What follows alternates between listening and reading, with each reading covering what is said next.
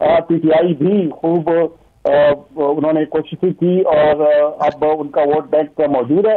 لیکن بنیادی طور پر چونکہ اس میں ہے تو یہ منصیرہ کم ترغر کا علاقہ، لیکن ترغر کا پورا ضلع اس حلقے میں شامل ہے، جس کا مطلب یہ ہے کہ ترغر اور منصیرہ کے کا جو ووٹ بینک ہے، جو ان کی شہری ہیں، جو ووٹرز ہیں، اس میں تھوڑا سا فرق ہے. منصیرہ تھوڑا سا غلط ہے اور ترغر کا جو علاقہ ہے وہ مکمل پسند ہے، جس طرح آپ نے کہا، اور وہاں مذہبی رجحان جو ہے وہ کافی زیادہ ہے. مفتی کفایت اللہ کو وہاں پہ کافی پذیرائی حاصل ہے. لیکن جو دوسرے علاقے ہیں منصیرہ کی طرف. ممتاز کوئکلی ایک بات بتائیں، مہتاب عباسی اس حلقے کے ارد گرد یا کہیں دور پار میں کہیں پہ انفلوئنس رکھتے تھے پہلے؟ نہیں، ان کا کوئی انفلوئنس نہیں تھا. وہ ماضی میں جب پاکستان مسلم لیگ نون اور جب پاکستان مسلم لیگ کاف میں مقابلہ ہوا کرتا تھا تو اس وقت چونکہ کنسٹیچوئنسیز کی وہ جو نومنکلیچر تھی وہ بھی چینج تھی، تو اس وقت یہ کہا جا سکتا تھا. لیکن کافی عرصے بعد چونکہ اس میں تبدیلیاں بھی آ چکی ہیں اور یہ ایبٹ سے بالکل ہٹ کر ہے، یہ منصیرہ اور یہ جو دیہی علاقہ ہے ترغر، پورا ترغر چونکہ دیہی علاقہ ہے، یہ اسی کا، اس لیے ان کا کوئی انفلوئنس نہیں ہے یہاں پہ. ہاں البتہ یہ ہو سکتا ہے کہ ایک کیپٹن صفدر جو ہے ان کا انفلوئنس اس لیے بھی موجود ہے کہ ان کے بھائی سجاد جو تھے، ڈاکٹر سجاد، وہ یہاں سے کامیاب ہوئے تھے اور ان کا انفلوئنس ضرور ہے اور مسلم لیگ نون کو یہاں پہ نظر انداز نہیں کیا جا سکتا. لیکن ساتھ شہزادہ گستاصب جو ہیں وہ بھی ماضی میں اپوزیشن لیڈر رہ چکے ہیں، قومی اسمبلی کے ممبر رہ چکے ہیں. مفتی کفایت اللہ ان سے اچھی طرح آگاہ ہیں اور ان کی حیثیت سے بھی آگاہ ہیں. اس کے علاوہ جو دیگر، جہاں تک پاکستان پیپلز پارٹی کا تعلق ہے، پاکستان پیپلز پارٹی کی بدقسمتی یہ رہی ہے کہ وہ ہزارہ میں اتنی زیادہ وہ کوشش نہیں کر چکی ہے. یا دوسری جماعتیں جس طرح جو ہے جمعیت علماء اسلام نے یہاں پہ پوزیشن بنانے کی کوشش کی ہے، تو پاکستان کی پارٹی اس صورت میں مطلب اس طرح سے انہوں نے کوششیں نہیں کی. یہ ان کی لیکن بات امپورٹنٹ یہ ہے کہ زرگل خان صاحب نے 2018 میں یہاں سے ایک بڑا نمبر ووٹ کا لیا تھا. مجھے نہیں معلوم کہ وہ بلے کا ووٹ تھا یا زرگل خان صاحب کا اپنا ووٹ تھا، اس پر بھی بات کریں گے. میں مفتی کفایت اللہ صاحب کی طرف جاتا ہوں. مفتی صاحب، آپ مقابلہ کر رہے ہیں سابق وزیر اعظم کا، قائد مسلم لیگ نون میاں نواز شریف صاحب کا. کیا تیاریاں ہیں؟ اور کیونکہ ان کے پچھلے جو 2018 میں انہی کا کینڈیڈیٹ ڈاکٹر محمد سجاد صاحب جیتے تھے، تو کیا صورتحال ہے؟ اور موسم کا بھی بتاتے چلیں کہ ذرا ٹھنڈ کیسی چل رہی ہے اور ٹھنڈ میں کیمپین الیکشننگ کیسی چل رہی ہے؟ بسم اللہ الرحمن الرحیم. سب سے پہلے تو آپ کا شکریہ کہ آپ نے N15 کے حوالے سے قوم کو آگاہی دینے کا ایک موقع دیا. یہ جو N15 ہے یہ ترغر کا ضلع ہے، اس کے ساتھ تناول کی 13 یونین کونسلیں ہیں اور اگی اگرور اور پکشی ہے اس کے اندر شامل. تو الحمدللہ یا جمعیت علماء اسلام مضبوط ہے کافی. اور پہلے جو سروے آ رہے تھے اس کے اندر تو ہمارے احباب تو پہلے سے یہ کہہ رہے تھے کہ ہم ان سے آگے ہیں مسلم لیگ نون سے. اب تو بین الاقوامی سروے بھی یہی کہتے ہیں کہ جمعیت علماء اسلام مسلم لیگ نون سے بہت آگے ہے. اور یہی وجہ ہے کہ میاں نواز شریف صاحب ایک جلسہ کر کے آئے ہیں، یہاں آئے تھے، لیکن اس میں باہر کے لوگ زیادہ تھے، مقامی لوگ نہیں تھے. اور ان کی پریشانی کا تب پتہ چلے گا کہ وہ دوبارہ آئیں تو آپ سمجھ جائیں کہ ان کی پریشانی ہوگی.